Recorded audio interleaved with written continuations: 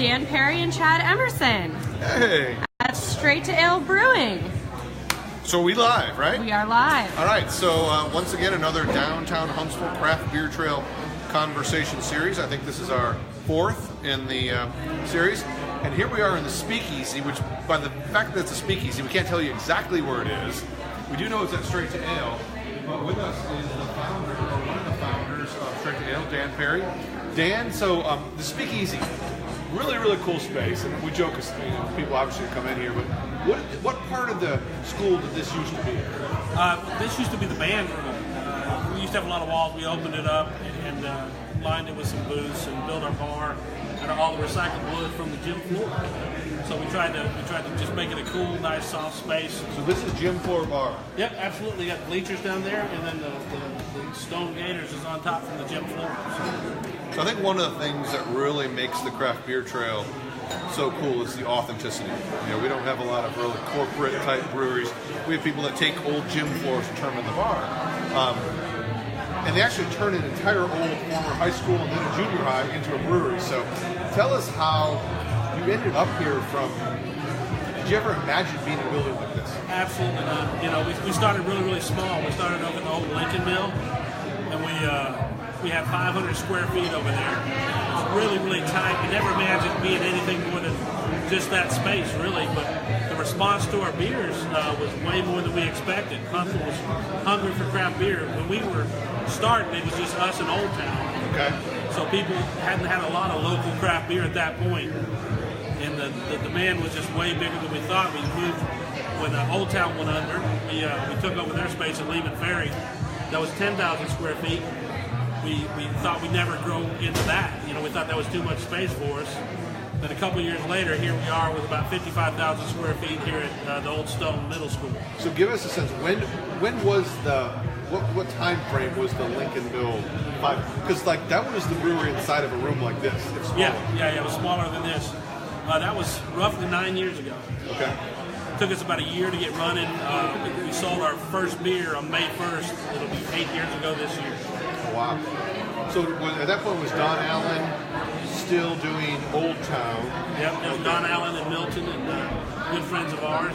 And they worked, they helped us, we helped them. It was a really good relationship. We hated to see them go. But it did provide us with the opportunity to expand pretty easily and pretty quickly. So you're one of the many brewers locally now, and you know, not just in the Downtown Craft Beer Trail, but all around. It came out of was it the Rocket City Home Brewers Club, or what was? Tell us about that. When I moved, I got out of the service. I moved back to Huntsville. I was looking for a homebrew club because I thought I was a great brewer. I really, really wasn't. But I found what was called at the time the Madison Sobriety Club. Okay. So that morphed eventually into the Rocket City Homebrew Club. Okay. And those guys have some amazing talent. Still some of the guys that really taught me how to brew from that club are still in that club today. And we try to bring them out and brew beers with them. Let them come in and brew a small batch beer and release it to the public. Those guys were so creative and so talented. They were just way too smart to actually dive in and start a brewery. They knew that you couldn't make any money doing it, but it was a lot of fun. Absolutely. So they're still having fun and we're doing the work. So you went from Lincoln Mill to Lehman Ferry.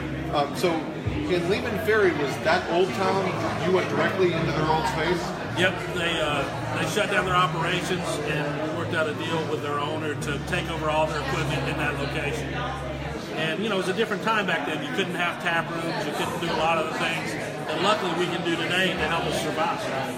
So we were able to, a year after we went in, we opened up the tap room, and that really helped us, all the brewers in the state really helped it grow. Yeah. That was kind of one of the main things that's really helped the craft beer scene in Alabama. Being able to bring the public in, let them try stuff fresh at the brewery, and it helps you build your brand quickly. So one of the cool things about a lot of the tap rooms on the Craft Beer Trail is they're breweries, but they're really almost entertainment venues. So tell us early on, one of the things when I moved here in 2013, even before the family moved here, there was a folk mission or something like that. There was a concert series in the brewery. So tell us kind of like how the entertainment and the beer mix, because I was like, this is so cool. You're inside a brewery, all these great, barrel-aged things, and you're playing a band. Yeah, well, that was one of the cool things about Lehman Ferry is we could do that. we were able to set up just sort of outside of the brewing area, put a stage out there. We had a lot of charity events. We donated the room to charity. And then we had that folk mission series that was really, really popular. We loved that. They brought in this amazing talent that most of us, I don't know folk music, or I didn't before we did that. It introduced a whole lot of people. And we would pack that place out with 200 people sitting there listening to a band and just having a great time. So it was almost like a community center. People would come in and just hang out all day. That brew beer.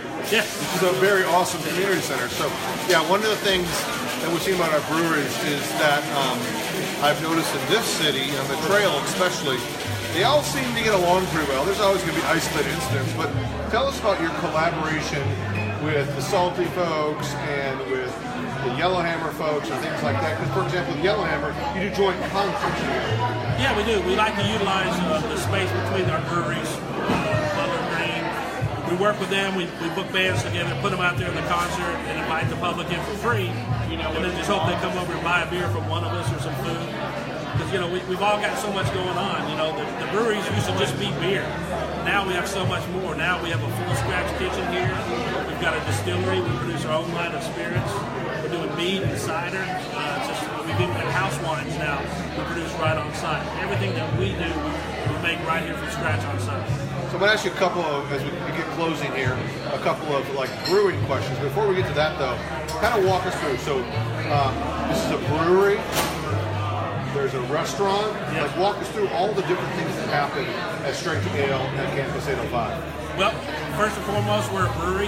I think we've got a pretty good reputation in the state. We're lucky enough to just won Ray Beer's best brewery in Alabama again for I don't know how many years, but we've been running that. How much does that cost to get through that award? I don't know what I paid for that one.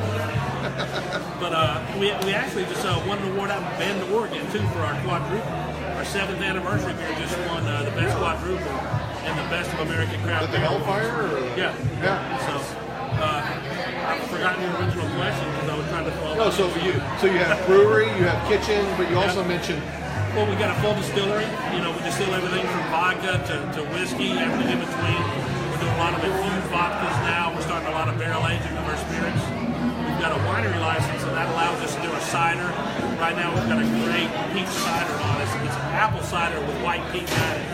That's doing really, really well. We'll probably package that this year. And then we also do 2 house wines, a red and a white. And then our meads are really starting to take off as well. Fermented honey, and we add some different fruits to that. So the mead, it's really interesting. So how many different licenses do you have? Because the mead falls under wine, and there's spirits, and there's beer. How does it all fit together? We've got 3, and the wine license allows us to do the wine, the mead, and the cider. The cider is a It's wine. actually under a wine license. Okay. This is why we do those. You learn that cider is a wine, even though it feels like a beer. So. Yeah, and we always enter those in the wine competition here in Huntsville that we do. I think Church Street sort of started that up. That's a really cool series. Well, yeah, that's another follow-up question I wanted to ask is, so the collaboration extends just beyond other breweries, that you've done a couple of collaborations with Church Street Wine Shops. So tell us about how a wine shop gets an exclusively brewed beer, a triple in this case. Well, it's definitely not exclusive because you can't do exclusive beers in Alabama. Check that. It is it's hard to find beer. But we do work with Matt Bell and Stephanie over at Church Street Wine Shop. They came in and we talked about the style of beer they wanted and the different kind of barrels we wanted to put it in. So we crafted a beer on their ideas. They worked with our brewers. We got 5 brewers now here, believe it or not. Wow. And they crafted a beer exactly like, they had the flavor profiles they wanted. We picked the barrels, we brought them in, we aged it in wine barrels, so we tied it into the wine shop. And they sell it there, we sell it here, and I think it's available in some other places across the state. So it's kind of like when your home brewers come in and do a special thing, you do a special thing with a wine shop. Yeah, absolutely. We're open to working with anybody that wants to have something new and creative. We've done a lot of smaller things like that. So one of the things people love about these Facebook Lives is finding out from from the founders some of their really inspirations. So obviously you're not out there that much brewing anymore, but let's say Dan was taken out of the office and you had to go brew a single beer. Any beer, could be something you currently brew or it could be something you never brewed before. What would you put into the process?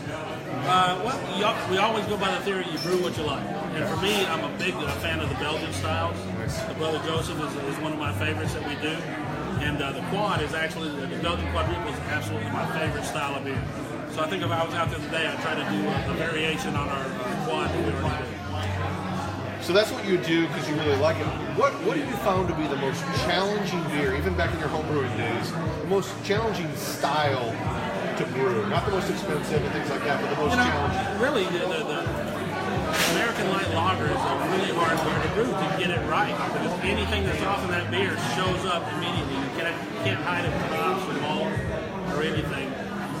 So any off flavor that you do have in your process is going to shine through. So that's really one of the harder styles to brew, believe it or not. Last question here, and we're going to give you a little commercial to talk about how to get a hold of straight to ale. What's your most popular beer? I mean, your flagships. You put in the tap room, because you get some of these beers all over the state and all over. But like, when you come to the tap room, what are people really excited to see? Well, we do so many different varieties. And we've always brewed just a plethora of beers. But the biggest sellers in our tap room are Monkey Knot, which is our flagship, and also our Stop Work, which is just our approachable everyday beer. Okay. So there you go. So tell us real quickly before we sign off here, if you want to get a hold of Straight to Ale, find about beers, if you want to rent this room, I mean, this is a popular place, tell us how to get a hold of you. Yeah, the best way to get a hold of us if you're interested in any events or room rentals or anything here is just to email Kimberly@straighttaale.com. And she takes all the input and makes sure she takes whoever is interested. We've got a lot of different spaces throughout the facility, different sizes that you can have for a private party or an event. And there's a pinball hall. We forgot about the pinball Absolutely, hall. yeah. Jeff Sanders, we apologize. So anyways, thanks for joining us again for the fourth Downtown Huntsville Craft Beer Trail Conversation Series. Dan and his team do amazing work, not just in the beer, but the whole environment. So come on out, check trail stop number 4. We'll see you next month, another trail stop. Thanks for joining us on